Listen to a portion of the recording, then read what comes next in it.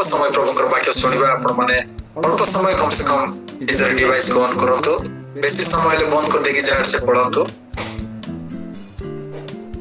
आज वाक्य कुछवा गोटे पद वाक्य हमें पढिबा जॉन लिखित सुसमाचार 9 अध्याय 4 पद निरपथ मोर प्रेरणकर्ताको कर्म करिबा आम्भमानको कर्तव्य जो समय केही कर्म करि पारे नाही एपरि रात्रि आसुअछि। आमेन आमेन। धन्यवाद कोणे आसु उठित प्रार्थना करबा आपण माने यो परिस्थिति अछंती मु तो जाने नाही आमनकर जीवित प्रभु ता देखुछंती जेतु मो बंचिछि मो प्रभु कर उपस्थित रहिबा इच्छा करे जदि बा अन्य मोर प्रिय परिवार सब जदि प्रभु रे जीवित अछंती कौन प्रकार संकोच नाही प्रतिबंधक नाही तबे निश्चित भाବରେ निज डिवाइस ऑन करतु आज छोट प्रार्थना करछि। Thank you father. पवित्र मुझे बना दे प्रभु शुद्ध मुझे कर दे प्रभु पवित्र मुझे बना दे प्रभु शुद्ध मुझे कर दे प्रभु ताकि तेरे जैसा दिखूं ताकि तेरे जैसा दिखूं पवित्र मुझे बना दे प्रभु शुद्ध मुझे कर दे प्रभु ताकि तेरे जैसा दिखूं ताकि तेरे जैसा दिखूं शरीर की अभिलाषाओं पर शैतान की सारी ताकत पर शरीर की अभिलाषाओं पर शैतान की सारी ताकत पर इसे मैं पाऊं जे मैं पाऊं इसे मैं पाऊं जे मैं पाऊं ताकि तेरे जैसा दिखूं ताकि तेरे जैसा दिखूं पवित्र मुझे बना दे प्रभु मुझे कर दे प्रभु ताकि तेरे जैसा दिखो ताकि तेरे जैसा दिखो। Thank you father, thank you Holi God. पवित्र मंगलमय पिता तुम धन्यवाद करूछु तुम्हें जेपरि पवित्र तुम्हें आम समस्त को सेपरि पवित्र कर आमने बचिबा इच्छा कर तुमर अभिषेक विषय ने प्रभु आमने ध्यान करबा चाहूछु गौरव करबा पाए समस्त मध्य तुमर एक आत्मा एक शक्ति सामर्थ्य दे कार्य कर आरंभ शेष पर्यंत तुम्हें आमनकर मध्य रो एते समय पर्यंत तुम पवित्र वाक्य को हम आलोचना करी संपूर्ण भाव में तुम्हें हम समस्त को हजाओ तुम निमंत्रे तुम्हें हम समस्त क्रिया कर व्यवहार कर समस्त गौरव तुमको देवछु प्रार्थना यीशु के नाम रे मांगुछु आमेन। समस्त आमेन कहबा आमेन आमेन। Thank you Jesus hallelujah. मोर प्रिय प्रभु परिवार प्रभु लोक माने हमें जॉन लिखित सुसमाचार 9 अध्याय 4 पद पढ़िलु यीशु कहउछन्ती जी मते प्रेरणा करिसन्ती जी मते पठेई छन्ती ताकर कार्य करबा पई जी मते पठेई छन्ती जगत को दिन थाउ मते करिवार अछि करिबे कारण रात्रि ଆସୁଅଛି। ରାତ୍ରି ଆସୁଅଛି। ମୋର ପ୍ରେରଣକର୍ତ୍ତାଙ୍କର କର୍ମ କରିବା ଆମ ମାନଙ୍କର କର୍ତ୍ତବ୍ୟ। ପ୍ରଭୁ ଯୀଶୁ ସେ ଜାଣିଛନ୍ତି କଣ ପାଇଁ ଆସିଛନ୍ତି। ତାଙ୍କର ଜଗତରେ ଆସିବାର ଉଦ୍ଦେଶ୍ୟକୁ ସେ ଜାଣିଛନ୍ତି। ବେଳେ ବେଳେ ଆମେ ଏଠି କଣ ପାଇଁ ବସିଛୁ ସେଇଟା ବି ଆମେ ଜାଣିବା। ଅଧିକାଂଶ ସମୟରେ ଆମେ ନିଜ ନିଜକୁ ଆମେ ଭୁଲି ଯାଉ ଆମେ କିଏ, କୋଉଠି ବସିଛୁ, କାହା ସହିତ କଥାବାର୍ତ୍ତା କରୁଛୁ, କାହାର ଉପସ୍ଥିତିରେ ଆମେ ରହିଛୁ, ଏଇଟା ବି ବେଳେ ବେଳେ ଆମେ ଭୁଲି ଯାଉ। ସେଥିପାଇଁ ଆମମାନଙ୍କର ଚାଲିଚଳନ ଆଚାର ବ୍ୟବହାର ମଧ୍ୟ ଭିନ୍ନ ଧରଣ ରହିଥାଏ। କିନ୍ତୁ ଏଠି ଯୀଶୁ ସେ ଜାଣୁଛନ୍ତି, ସେ ମନୁଷ୍ୟ ରୂପରେ ଜଗତରେ ଆସିଥିଲେ ମଧ୍ୟ ସେ ଜାଣିଛନ୍ତି ଯେ ତାଙ୍କର ଜଣେ ଆବା ପିତା ଅଛନ୍ତି, ଜଣେ ପ୍ରେରଣକର୍ତ୍ତା ଅଛନ୍ତି, ଯିଏକି ପଠେଇଛନ୍ତି ସେ ଅଛନ୍ତି। ଯୋଉ କାମ ପାଇଁ ତାଙ୍କୁ ପଠାଯାଇଛି ସେ କାମକୁ ମତେ କରିବାକୁ ପଡିବ ସେଇଟା ବି ଜାଣନ୍ତି। ଆଉ ଦିନ ଥାଉ ଥାଉ ମତେ କାମ ସମାପ୍ତି କରିବାକୁ ପଡିବ କହୁଛନ୍ତି। ହାଲେଲୁୟା। ଆମମାନେ ହୁଏତ ଆମେ କିଏ, ଆମମାନଙ୍କର କର୍ତ୍ତବ୍ୟ କଣ, ଆମେ କାହିଁକି ପ୍ରଭୁ ଯୀଶୁଙ୍କୁ ବିଶ୍ୱାସ କରୁଛୁ ଏଇଟା ବି ବେଳେ ବେଳେ ଆମେ ଜାଣୁ। ସମସ୍ତେ ଯୀଶୁଙ୍କୁ ବିଶ୍ୱାସ କରୁଛନ୍ତି, ଖ୍ରୀଷ୍ଟିଆନ ଭଲେଇ ହଉଛନ୍ତି, ସାହି ପଡିଶାର ସମସ୍ତେ ଆମେ ବି ଖ୍ରୀଷ୍ଟିଆନ ଭଲେଇ ହେବା। କାହିଁ ଗାଁର ସମସ୍ତେ ଯଦି ଆମେ ଖ୍ରୀଷ୍ଟିଆନ ହେବା ନାହିଁ, ପରିବାରର ଲୋକ ସମସ୍ତେ ଯଦି ଆମେ ଖ୍ରୀଷ୍ଟିଆନ ହେବା ନାହିଁ, ଏ ଲୋକମାନେ ଆମକୁ ତୁଚ୍ଛ କରିବେ, ଆମମାନଙ୍କ ସହିତ ସୌଭାଗ୍ୟତା ରଖିବେ ନାହିଁ, ଆମମାନଙ୍କୁ ମରିଗଲେ ସେଠି କବର ଦବା ପାଇଁ କିଏ ନେବେ ନାହିଁ। ଆମମାନଙ୍କର ରହୁଛି, ଆମମାନଙ୍କର ପାଖରେ ପାଳକ ରହୁଛି, ପ୍ରଚାରକ ମାନେ ରହୁଛନ୍ତି, ପ୍ରାଚୀନ ମାନେ ରହୁଛନ୍ତି, ଯୋଉଟା କି ସେମାନେ ମଧ୍ୟ ଆମମାନଙ୍କୁ କଣ ଦେଖା କରିବେ, ଆମମାନଙ୍କ ସହିତ ମିଶିବେ ନାହିଁ।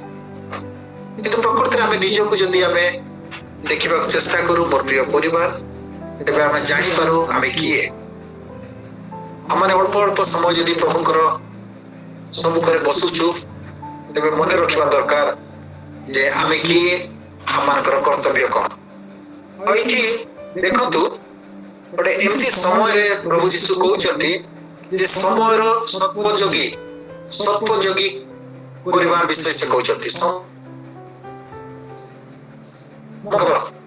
ସମୟକୁ ଉଚିତ ଢଙ୍ଗରେ ତମେ ବ୍ୟବହାର କର, କାରଣ ଯୀଶୁ ସେ ବିଷୟକୁ ଜାଣିଥିଲେ। କାରଣ ଯୀଶୁ ସେ ସମୟର ମୂଲ୍ୟକୁ ସେ ଜାଣିଥିଲେ। ହାଲେଲୁୟା। ଯୀଶୁ ସେ ସମୟ ବିଷୟରେ ଜାଣିଥିଲେ, ସେଥିପାଇଁ ତ ସେ କହୁଛନ୍ତି ଦିନ ଥାଉ ଥାଉ ମତେ କାମ ସମାପ୍ତ କରିବାର ଅଛି। କାରଣ ମୋ ବାପା ମତେ ଯାହାବି ଗୋଟେ କାର୍ଯ୍ୟ କାମ କରିବା ପାଇଁ ଦେଇଛନ୍ତି, ଆଉ ସେ କାମ ମତେ ଦିନ ଥାଉ ଥାଉ ବେଳ ଥାଉ ଥାଉ ସରାଇବାର ଅଛି। ଆଉ ପ୍ରଭୁ ଯୀଶୁ ସେ କାମକୁ, ସେ ସମୟକୁ ସବୁବେଳେ ନିଜର ଦୃଷ୍ଟି ସମ୍ମୁଖରେ ରଖୁଥିଲେ, ମନେ ପକାଉଥିଲେ ମୁଁ କଣ ପାଇଁ ଆସିଛି, ମୁଁ କଣ କାମ କରିବି। ଯେତେବେଳେ 3.5 ବର୍ଷ ଯେତେବେଳେ ତାଙ୍କର ସେବା କାର୍ଯ୍ୟ ସେ ଆରମ୍ଭ କଲେ, ଆଶ୍ଚର୍ଯ୍ୟ ବିଷୟ 3 ବର୍ଷ 6 ମାସରେ ସେ ବହୁ ଶିଷ୍ୟକୁ ସେ ଗଠନ କଲେ, ବହୁ ଶିଷ୍ୟକୁ ସେ ବାହାର କଲେ, ଯୋଉଟା କି ତାଙ୍କର ସହକର୍ମୀ ହିସାବରେ ଲୋକମାନଙ୍କୁ ସେ ମନୋନୀତ କଲେ। ସେ ଉତ୍ତମ ଶିକ୍ଷା ଦେଲେ ଆଉ ପ୍ରଭୁଙ୍କର ରାଜ୍ୟ ବିସ୍ତାର କରିବା ପାଇଁ ଏକ ଯୋଦ୍ଧା ସ୍ୱରୂପ ସେମାନଙ୍କୁ ଠିଆ କଲେ। ଆଜି ଯଦି ଆମମାନଙ୍କୁ ନିଜକୁ ଚିନ୍ତା କରୁ, ମଣ୍ଡଳୀକୁ କି ପରିବାରକୁ ଯଦି ଆମେ ଚିନ୍ତା କରୁ, ତେବେ ଆମେ ଏତେ ବର୍ଷ ହେଲା ଗୋଟେ ଜଣେ ଖ୍ରୀଷ୍ଟିଆନ ଜୀବନ କାଟୁଛୁ, ବିଶ୍ୱାସୀ ଜୀବନ କାଟୁଛୁ, ମାନେ କେତେ କାମ କରିବାର ସକ୍ଷମତା ଅଛି, କେତେ ପ୍ରଭୁରେ, କେତେ ଅନ୍ୟମାନଙ୍କ ପାଖରେ ଆମମାନଙ୍କର ସାକ୍ଷ୍ୟ ଜୀବନ ଥିବ। ହାଲେଲୁୟା। ସେଥିପାଇଁ ଯୀଶୁ ସେ କହୁଛନ୍ତି ଆପଣ ମାନେ ସମୟ ଦେଖି ଖୋଲନ୍ତୁ, ବାଇବଲ ପଢୁଛନ୍ତି ମୁଁ ଜାଣିଛି, କିନ୍ତୁ ସେଇ ଯୌନ ଲିଖିତ ସୁସମାଚାର 11:9 ଯୀଶୁ ନିଜେ କହୁଛନ୍ତି ଆମମାନଙ୍କୁ ଯଦି ଦିନ ସାରା ଯଦି ଆମେ କାମ କରିବା ନାହିଁ, ତେବେ କଣ ରାତି ଆସିଲେ କଣ କାମ କରିବା କି? ତେବେ କଣ ଦିନରେ କଣ 12 ଘଣ୍ଟା ନାହିଁ କି? ଆଉ ଦିନରେ ଯୋଉମାନେ ଚାଲିବେ, ଦିନରେ ଯୋଉମାନେ କାମ କରିବେ, ସେମାନେ କେବେ ମଧ୍ୟ ଦିନରେ ଛୁଟିବେ ନାହିଁ, କାରଣ ଆଲୋକ ଥିବ, ଜ୍ୟୋତି ଥିବ। ହାଲେଲୁୟା। ଦିନରେ ଆଲୋକ ଥିବ, ଆଲୁଅ ଥିବ। ରାତିରେ ସିନା ଆମର ଯେତେ ଦୂର ଆଖି ପାଏ ଟର୍ଚ ମାରିବା କି ଲାଇଟ୍ ଜଳାଇବା, ସେତିକି ଆମକୁ ଦେଖାଯିବ। ସେତେବେଳେ ଆମେ ଦୌରାଣ୍ଡି ହେଇଯିବା। ରାତି ସମୟରେ ଆମେ ନିଜ ଗୋଡରେ ନିଜେ ମଧ୍ୟ ଝୁଣ୍ଟିକି ପଡିଯିବା। କିନ୍ତୁ ଯୀଶୁଙ୍କର ଦେଖନ୍ତୁ କେତେ ବଡ ତାଙ୍କର ମାନେ କହିବାକୁ ଗଲେ ତାଙ୍କର ସ୍ମରଣ ଶକ୍ତି ଅଛି। ଯୀଶୁ କେତେ ସେ ମନେ ପକାଉଛନ୍ତି, ତାଙ୍କୁ ଯୋଉ ଦାୟିତ୍ୱ ଦିଆଯାଇଛି ସେ ଦାୟିତ୍ୱକୁ ସେ ସମାପ୍ତ କରିବାକୁ ଚାହୁଁଛନ୍ତି। ମତେ ଆଉ ଆପଣ ମାନଙ୍କୁ ପ୍ରଭୁ ଯୋଉ ସମୟ ଦେଇଛନ୍ତି ସେ ସମୟର କଣ ସଦୁପଯୋଗ କରୁଛୁ କି ଆମେ? ଆଜି ଆମେ ବଞ୍ଚିଛୁ, ପର ମୁହୂର୍ତ୍ତରେ ଆମମାନଙ୍କର ଜୀବନରେ କଣ ହେବ ଆମେ ଜାଣିନାହୁଁ, ତଥାପି ଆମେ ବଡ ବଡ ଆଶା ରଖିଛୁ, ବର୍ଷ ବର୍ଷ ପାଇଁ ଯୋଜନା କରୁଛୁ। ଏତେ ବଡ ବଡ ଯୋଜନା, ଏତେ ବଡ ବଡ ପରିଶ୍ରମ କରି ଆମେ ନ ଖାଇ ନ ପିନ୍ଧି ପ୍ରଭୁଙ୍କର ଉଦ୍ଦେଶ୍ୟରେ ନ ଆମେ ଠିଆ ହେଇକରି ଆମେ କଣ କରୁଛୁ, ଆମେ ସବୁ ବିଷୟକୁ ସଞ୍ଚୟ କରିବାକୁ ଚେଷ୍ଟା କରୁଛୁ। କି ଯେତେବେଳେ ଆମମାନଙ୍କର ଜୀବନ ଚାଲିଯିବ, ଯେତେବେଳେ ଆମେ ଅନ୍ଧକାରଗାମୀ ହେବୁ, ଯେତେବେଳେ ଆମେ ଗୋଟେ ଅନ୍ଧକାର ସ୍ଥାନକୁ ଆମେ ଯିବୁ, ଯେତେବେଳେ ଅନ୍ଧକାର ଜାଗାରେ ଆମେ ରହିବୁ, ଯେତେବେଳେ ଆମମାନଙ୍କୁ ମୃତ୍ୟୁ ଗ୍ରାସ କରିବ, ସେତେବେଳେ ଆମମାନଙ୍କର କରୁଥିବା କୋଉ କାମ ଆମମାନଙ୍କୁ ଜ୍ୟୋତିର ସନ୍ତାନ ସ୍ୱରୂପ ଜ୍ୟୋତିର୍ମୟ ପରମେଶ୍ୱରଙ୍କ ନିକଟକୁ ନେଇଯିବ। ହାଲେଲୁୟା। ଆଶ୍ଚର୍ଯ୍ୟର ବିଷୟ, ଆମମାନଙ୍କୁ ଛୁଟିବାର ବିଷୟ। ଦିନରେ ଯୋଉମାନେ ଚାଲିବେ, ଦେଖିକି ଯୋଉମାନେ ଚାଲିବେ, ବାକ୍ୟକୁ ମନେ ପକେଇ ପକେଇ ଯୋଉମାନେ ଚାଲିବେ, ସେମାନେ କେବେ ବି ଝୁଟିବେ ନାହିଁ। ଝୁଟିବାର ଅର୍ଥ ହଉଛି ପ୍ରଭୁଙ୍କର ରାସ୍ତାରୁ ପଟିଯିବା।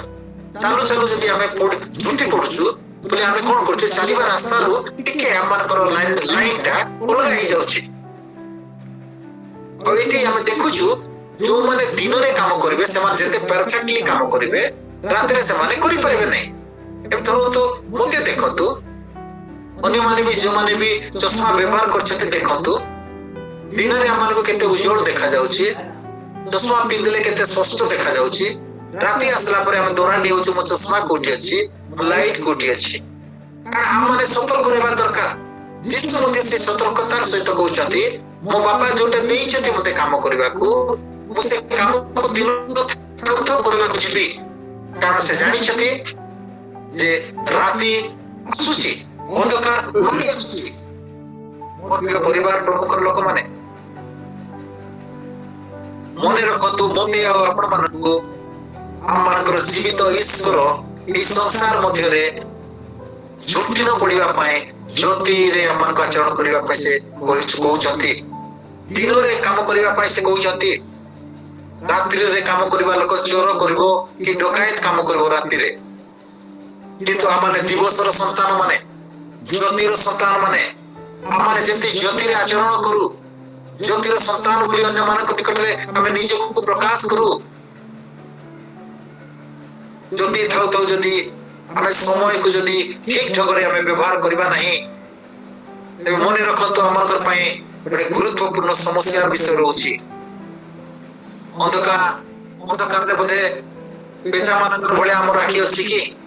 ପେଚାକୁ ପ୍ରଭୁ ସେମିତି ସୃଷ୍ଟି କରିଛନ୍ତି, ରାତିରେ ପେଚା ଦେଖିବ, କିନ୍ତୁ ଆମମାନେ ମନୁଷ୍ୟ ମାନେ ଈଶ୍ୱରଙ୍କ ପ୍ରତିମୂର୍ତ୍ତିରେ ନିର୍ମିତ ଲୋକମାନେ, କିନ୍ତୁ ରାତିରେ ଆମମାନଙ୍କର ଆଖି ଦୁଶିବ ନାହିଁ, ଅନ୍ଧକାରରେ ଦେଖାଯିବ ନାହିଁ। ହେଲେ ଆମଠାରୁ କଣ ପେଚା ସ୍ୱର୍ଗକୁ ଯିବ ବୋଲି ଭାବୁଛନ୍ତି କି? ନାଇଁ, ପେଚା ପାଖରେ ଆତ୍ମା ନାହିଁ, କିନ୍ତୁ ମୋ ପାଖରେ ଆଉ ଆପଣ ମାନଙ୍କ ପାଖରେ ଆତ୍ମା ରହୁଛି। ହାଲେଲୁୟା। ଆତ୍ମାରେ ଆମମାନଙ୍କୁ ଉଦ୍ୟୋଗର ସହିତ ଜ୍ୟୋତିର ସନ୍ତାନ ସ୍ୱରୂପ ଆମମାନଙ୍କୁ କାମ କରିବାକୁ ପଡିବ। କାରଣ ଅନ୍ଧକାର ମାଡ଼ି ଆସୁଛି, ଘନ ରାତ୍ରି, ଯୋଉଟା କି ପାଖର ଲୋକକୁ ବି ଦେଖାଯିବ ନାହିଁ, ସେମିତି ରାତ୍ରି ଆସି ଯାଉଛି। ପୃଥିବୀ ସବୁ ନଷ୍ଟ ହେଇଯିବ। ପୃଥିବୀର ଯେତେ ସବୁ ଆମେ ଦେଖୁଛୁ, ପାଖ ତଳ ଯେତେ ଦେଖିକି ବେଳେ ବେଳେ ଭାବୁଛୁ, ମୋ ପାଖରେ ଏମିତି ଥିଲେ ହେଇଥାନ୍ତା, ମୋ ପାଖରେ ଏମିତି ଘର ଥିଲେ ହେଇଥାନ୍ତା, ମୋ ପାଖରେ ଏମିତି ସୁନା ଗହଣା ଥିଲେ ହେଇଥାନ୍ତା, ମୋ ପାଖରେ ଟଙ୍କା ପଇସା ଥିଲେ ହେଇଥାନ୍ତା, ମୋ ପାଖରେ ଗାଡି ମଟର ଥିଲେ ହେଇଥାନ୍ତା, ମୁଁ ତା ଭଳିଆ ଏମିତି ଚଲେଇଥାନ୍ତି, ଆରାମସେ ଲୋକ କଟେଇଥାନ୍ତି, ଦୂରକୁ ଯାଇକିରି ପ୍ରଭୁଙ୍କର ସେବା କରିଥାନ୍ତି। କିନ୍ତୁ ନାଇଁ ମୋର ପ୍ରିୟ ଭାଇ ଭଉଣୀ ମାନେ, ଯୋଉ ପରିସ୍ଥିତିରେ ଅଛୁ ସେଇ ପରିସ୍ଥିତିରେ ପ୍ରଭୁଙ୍କର କାମ କରିବା ପାଇଁ ପ୍ରଭୁ ଆମମାନଙ୍କୁ ବାଛିଛନ୍ତି। ହାଲେଲୁୟା, ହାଲେଲୁୟା। ଆମମାନେ ଅନେକ ବିଷୟରେ ଆମେ ଚିନ୍ତା କରିବା ନାହିଁ। ବେଳେ ବେଳେ ଦୁଃଖ ଲାଗୁଛି, ଆପଣ ମାନଙ୍କୁ କେମିତି ଲାଗୁଛି ମୁଁ କହିପାରୁନାହିଁ। ବେଳେ ବେଳେ ଦୁଃଖ ଲାଗୁଛି, ଆମମାନଙ୍କର ଖ୍ରୀଷ୍ଟୀୟ ପରିବାର ମାନଙ୍କରେ ଅନେକ ଯୁବା ଯୁବତୀ ଅଛନ୍ତି, ଅନେକ ପ୍ରିୟ ଲୋକମାନେ ଅଛନ୍ତି, ବିଶ୍ୱାସୀ ଅଛନ୍ତି, ସେମାନେ ସମୟକୁ ନଷ୍ଟ କରୁଛନ୍ତି, ସମୟକୁ ସଦ୍ବ୍ୟବହାର କରି ଜାଣୁନାହାନ୍ତି। ପ୍ରଭୁଙ୍କର ସେବା କରିବା ପାଇଁ ଦିଆଯାଇଛି ସେଇଟା ବି ସେମାନେ କରିପାରୁନାହାନ୍ତି। ଅଧିକାଂଶ ଲୋକ ତ ମୋବାଇଲରେ ମାତିଥିବେ, बेकार कथाबार्ता सब से माने करुथिबे और सेमानकर भितरे गोटे चैटिंग चलथिबो मेसेज दिया निया चलथिबो किंतु मोर प्रिय परिवार प्रमुख लोक माने थोड़े जदि समय चली जाउची तेबे पुनर्बार से समय आपको मिलिबो नहीं जो बयस रे हमें थिलु एबे कोन आउथरे हमें हाथू भांगी करी मां कोडरे उठिबु की नहीं आमानकर बयस हिसाब रे आमानकर बुद्धि ज्ञान हिसाब रे आमार प्रभु से स्तर को नहीं चती ते गोटे परिपक्वतार समय को आनी चती वाक्य तो सकाळ रु संध्या पर्यंत हमें वाक्य सुनुछु वाक्य को हमें ओ अनेक गुडे हमें माने विषय रे आलोचना भी करूछु किंतु मने रखंतु बंध जदी अछि बंधर पानी जदी उछुली पड़िबो भर्ती हिजो बंध हैला भर्ती हैला पुरा से पानी जदी बाहर को बोई गिरी पळेबो भर्ती हैला बोई की पळेबो ना कोन ना भर्ती न हो ଗୋଟେ ଖାଲ ଜାଗା ଅଛି ସେ ଖାଲ ଜାଗାରେ ପାଣି ଭର୍ତ୍ତି ହେଲେ ତ ଉପରକୁ ବୋଇକି ଯିବ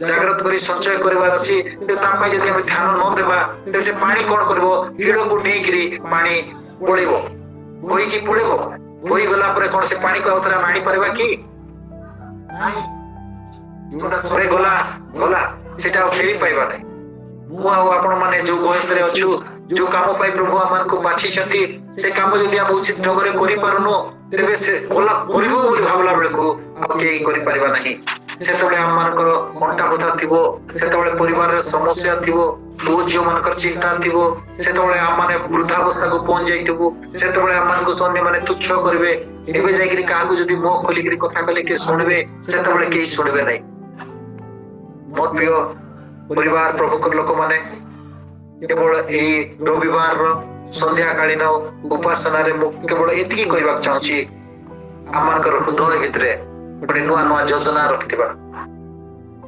निज जीवन पाई एक स्पष्ट भाव रे निर्दिष्ट भाव रे गोटे गोटे उद्देश्य को हमें मने पकाउथिबा काम हमें करिबा पे चिंता करथिबा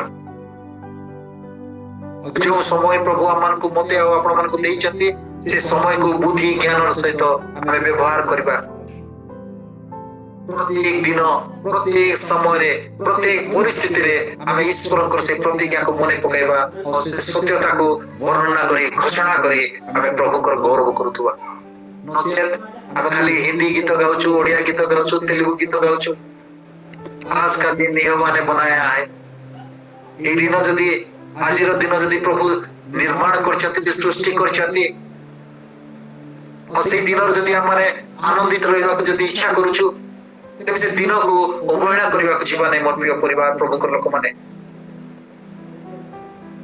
यीशु कर कथा को मने पकांतु यीशु कर पाखरे जो दायित्व थिला यीशु जो काम करबा पई ताकर इच्छा थिला पिता जहां ताको चालना दउथिले से काम करबा पई से सर्वप्रथमे पाहतिया रे बाइबल कहूची मार्क लिखित सुसमाचार एक अध्याय रे 35 पद लिखा हिची पाहतिया समय रे अंधा थाउ तो यीशु निर्जन स्थान को जाउथिले और से प्रार्थना करूथिले काहे की कारण से पिता देतवा टास्क को देतवा काम को पूरा करबा ताकर इच्छा थिला हमर का पाखरे कोई इच्छा अछि दायित्व को हमें अवहेला करूछु एबे मो सुनुथिले मोर प्रिय हस्बैंड से केते दुख सहित से कहउथिले माने प्रत्येक जगह रे भलो विषय हेबो बोली कहला बेलको सेठी खराब रो बीज मध्ये बुना जाउची किंतु मने रखंतु जदी प्रकृति रे हमें प्रभु को लोक माने प्रभु को सहित अछु आ हमरकर जीवन काल मध्ये रे बचितिला भितरे आमे जदी ईश्वर को सहित रहिछु बोली जदी विश्वास करूथबा ते मने रखंतु आमान को से छुटिबा ठारू अंधकार जगह ठारू सतर्क जीवन काटिबा पड़िबो गीत रचक 119 गीत रे से कहउछथि 147 पद रे मो अरुणादय पूर्वे आर्तनाद कली सूर्य उदय हेबा पूर्व मो आर्तनाद कली चित्कार कली प्रार्थना कली कारण मु तुम वाक्य ऊपर भरोसा करछि मोर ईश्वर प्रिय अति प्रभात रे उठी प्रतिज्ञा को से घोषणा करथले सब दिन सूर्य उदय हेबा पूर्व से ईश्वरଙ୍କର ଗୌରବ ବର୍ଣ୍ଣନା କରୁଥିଲେ। ପ୍ରଭୁ ତୁମର ଧନ୍ୟବାଦ ହଉ ମତେ ପୁନର୍ବାର ଜୀବିତ କଲ। ପ୍ରଭୁ ତୁମର ଧନ୍ୟବାଦ ହଉ ମତେ ଆଉ ଗୋଟେ ନୂଆ ଦିନରେ ତୁମେ ପହଞ୍ଚାଇଲ। ପ୍ରଭୁ ତୁମର ଧନ୍ୟବାଦ ହଉ ମତେ ଗୋଟେ ନୂଆ ସମୟରେ ପହଞ୍ଚାଇଲ, ପରିବେଶରେ ସବୁ ପହଞ୍ଚାଇଲ। ପ୍ରଭୁଙ୍କର ଧନ୍ୟବାଦ କରିବା ଆବଶ୍ୟକ। ଯୀଶୁ ବାଇବଲରେ ଲେଖା ହେଇଛି ଯୀଶୁ ତାଙ୍କ କାମ ତ କରିକି ପଳେଇଲେ, କିନ୍ତୁ ଆମର ପାଇଁ ଯୋଉ କାମ ଛାଡି ଦେଇଛନ୍ତି ମୋର ପ୍ରିୟ ପରିବାର ପ୍ରଭୁଙ୍କର ଲୋକମାନେ ଆମେ ସତର୍କ ରହିବା। ଯଦି ଆମେ ଗୀତ ସଂହିତା 143 ଗୀତର 8 ପଦ ବି ଯଦି ପଢୁ, ସେଠି ଗୀତ ରଚକ ସ୍ପଷ୍ଟ ଭାବରେ ସେଠି କହୁଛନ୍ତି ତୁମର ସ୍ନେହପୂର୍ଣ୍ଣ କରୁଣାର କଥା ମତେ ଶୁଣା। ପ୍ରଭୁ ମୁଁ ଶୁଣିବାକୁ ଇଚ୍ଛା କରୁଛି, ତୁମର ସେ ମଧୁର ବାକ୍ୟ ମଧୁର ସ୍ୱରକୁ ଶୁଣିବାକୁ ଇଚ୍ଛା କରୁଛି। ତୁମର ଯୋଉ ସ୍ନେହ ଭରା କଥାବାର୍ତ୍ତା ମୁଁ ଶୁଣିବାକୁ ଚାହୁଁଛି, କାରଣ ମୁଁ ତୁମ ଠାରେ ଭରସା ରଖିଛି। ମୋର ଚାଲିବା ପଥ, ମୋର କାମ କରିବାର ପଥ, ମୋର ଗନ୍ତବ୍ୟ ପଥକୁ ମତେ ଜଣା, ମତେ ଶିଖା, ମତେ ଦେଖା। କାରଣ ମୁଁ ତୁମ ଆଡେ ନିଜର ଜୀବନକୁ ମୋ ପ୍ରାଣକୁ ଉଠାଉଛି। ହାଲେଲୁୟା। ଆମମାନେ ଖାମଖିଆଲି ଖ୍ରୀଷ୍ଟିଆନ ହେବା ନାହିଁ, ନାମଧାରୀ ଖ୍ରୀଷ୍ଟିଆନ ହେବା ନାହିଁ ମୋର ପ୍ରିୟ ପରିବାର। ଟାଇମ ପାସ୍ ର ଖ୍ରୀଷ୍ଟିଆନ ହେବା ନାହିଁ। ସମୟ ଗଡି ଚାଲୁଛି, କେତେବେଳେ କଣ ହବ ଆମେ କିଛି ଜାଣିନୁ। ଯଦି ଆମେ ଈଶ୍ୱରଙ୍କର ଉପସ୍ଥିତିରେ ଦିନ ଆରମ୍ଭ କରୁଛୁ, ତେବେ ପବିତ୍ର ଆତ୍ମା ଆମକୁ ଶିଖେଇବେ। ଆମେ ସେ କାଲବରୀକୁ ଯୀଶୁଙ୍କୁ ଆମେ ସ୍ମରଣ କରୁ, ଅନନ୍ତ ଆଶୀର୍ବାଦ ଆମକୁ ମିଳିବ, ଅନନ୍ତ ଜୀବନର ଅଭିଷେକ ଆମକୁ ମିଳିବ। ମୋର ପ୍ରିୟ ପରିବାର ପ୍ରଭୁଙ୍କର ଲୋକମାନେ,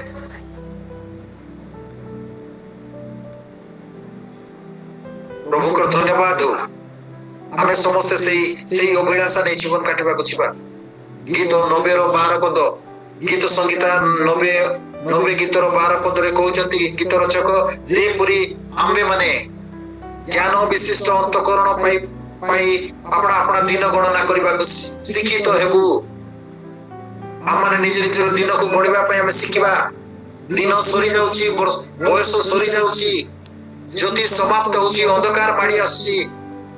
ଏଇ ଦିନକୁ, ଜୀବନକୁ ଆଉ ଜ୍ୟୋତିକୁ ଆମମାନେ ଈଶ୍ୱରଙ୍କର ଦେଇଥିବା ଅଭିଷେକକୁ ମନେ ପକାଇବା ଆଉ ପ୍ରଭୁ ଦେଇଥିବା ଅଭିଷେକର ଟାସ୍କକୁ କଣ କରିବା, ପ୍ରଭୁ କଣ ଜଣାଉଛନ୍ତି, ସେଇଟା ଆମେ ଜାଣିକି କାମ କରିବାକୁ ଯିବା।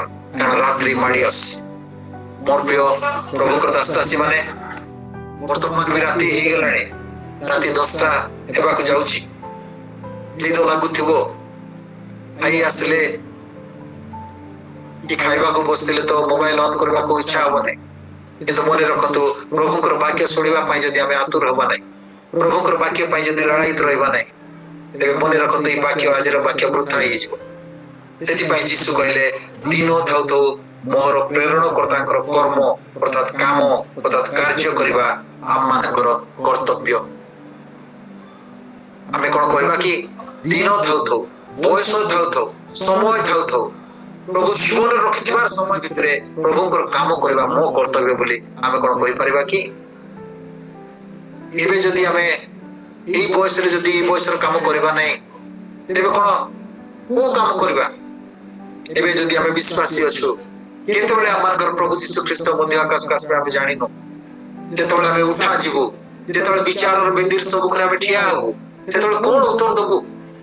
କିନ୍ତୁ ଯୀଶୁ ସେ ଜାଣିଛନ୍ତି, ସେ ଈଶ୍ୱର ହେଲେ ମଧ୍ୟ ସେ ନିଜର ପ୍ରେରଣକର୍ତ୍ତା ପିତାଙ୍କର ଆଜ୍ଞାଧୀନ ସନ୍ତାନ ଥିଲେ। ସେ ଲୋକମାନଙ୍କର ପାଖରେ ସେ ଶିକ୍ଷା ଦେଲେ, ସତ୍ୟତା ବିଷୟକୁ ଘୋଷଣା କଲେ, ଅନେକ ଲୋକମାନଙ୍କୁ ବାଛିଲେ। ଆଜି ସେ ଯୀଶୁଙ୍କର ନାମ ଆପଣ ମାନଙ୍କର ପାଖରେ, ମୋ ପାଖରେ, ଆମ ଦେଶରେ, ଆମ ସାହିରେ, ଆମ ଗାଁରେ, ପୃଥିବୀ ସାରା ଯୀଶୁଙ୍କର ନାମ ଚାଲିଛି। ଯେତେ ଯୀଶୁଙ୍କର ନାମ ଉଠୁଛି, ଯେତେ ଯୀଶୁଙ୍କର ନାମରେ ଲୋକମାନେ ଠିଆ ହଉଛନ୍ତି, ଶତ୍ରୁ ମଧ୍ୟ ସେତେ ଯୀଶୁଙ୍କର ନାମକୁ ନଷ୍ଟ କରିବାକୁ ଚେଷ୍ଟା କରୁଛି। ଝୁଟି ପଡିବା ପାଇଁ ସେ ଗାତ ଖୋଳୁଛି। ସୁନ୍ଦର ରାସ୍ତାରେ ଆମେ ଚାଲୁଛୁ, ପ୍ରଭୁଙ୍କର ଭୟରେ ଚାଲୁଛୁ, ବିଶ୍ୱାସର ଜୀବନ କାଟୁଛୁ ବୋଲି ଆମେ ଭାବୁଛୁ, କିନ୍ତୁ କେତେବେଳେ ଆମେ ଝୁଟି ପଡି ଗାତରେ ପଡି ଯାଉଛୁ ଆମେ ଜାଣିପାରୁନୁ। ସେଥିପାଇଁ ମୋର ପ୍ରିୟ ପରିବାର ପ୍ରଭୁଙ୍କର ଲୋକମାନେ, ଆମେ ସତର୍କ ଜୀବନ କାଟିବା। ଆମେ ଯଦି ପ୍ରକୃତିରେ ବଞ୍ଚିଛୁ, ଜୀବନରେ ଅଛୁ। ଯଦି ଜୀବନ ଅଛି, ଆମର ପାଖରେ ଜ୍ୟୋତି ଅଛି। ଆମେ ଜ୍ୟୋତିର ସନ୍ତାନ, ଆମେ ଅନ୍ଧକାରର ସନ୍ତାନ। ଅନ୍ଧକାରର ସନ୍ତାନ ମାନେ ଅନ୍ଧକାରର କାମ କରିବେ, ଈଶ୍ୱରଙ୍କର ବିରୋଧର କାମ ଯାକ କରିବେ, ଯାହାକି ମୁଁ ବର୍ଣ୍ଣନା କରିବାକୁ ଚାହେଁ। କିନ୍ତୁ ପ୍ରଭୁ ଆମ ସମସ୍ତଙ୍କୁ ଆଶୀର୍ବାଦ କରନ୍ତୁ। ବିଶେଷ କରି मोर प्रिय अश्विन को मु धन्यवाद दूची जे आज रविवार ए सोइबा पूर्वरु अमान को निद्रा जीवा पूर्वरु जो समय से निर्धारण करी हम समस्त को देई छथि जेते जण भी जड़ित अछु हमें के हालिया हेबार ख्रिस्टियन हेबा नै दुर्बल हेबार ख्रिस्टियन जीवन काटबा नै झूठी पड़िबार ख्रिस्टियन जीवन काटबा नै प्रभु रे हमें उद्योग सहित प्रभुकर वाक्य को संग्रह करबा दुर्दिन दिन रे समस्या समय से वाक्य हमार जीवन रे शांति देबो आनंद देबो प्रेम देबो उद्धार देबो परित्राण देबो हालेलुया प्रभु ये वाक्य द्वारा हम समस्त को आशीर्वाद करंतु आमेन आमेन आमेन गॉड ब्लेस यू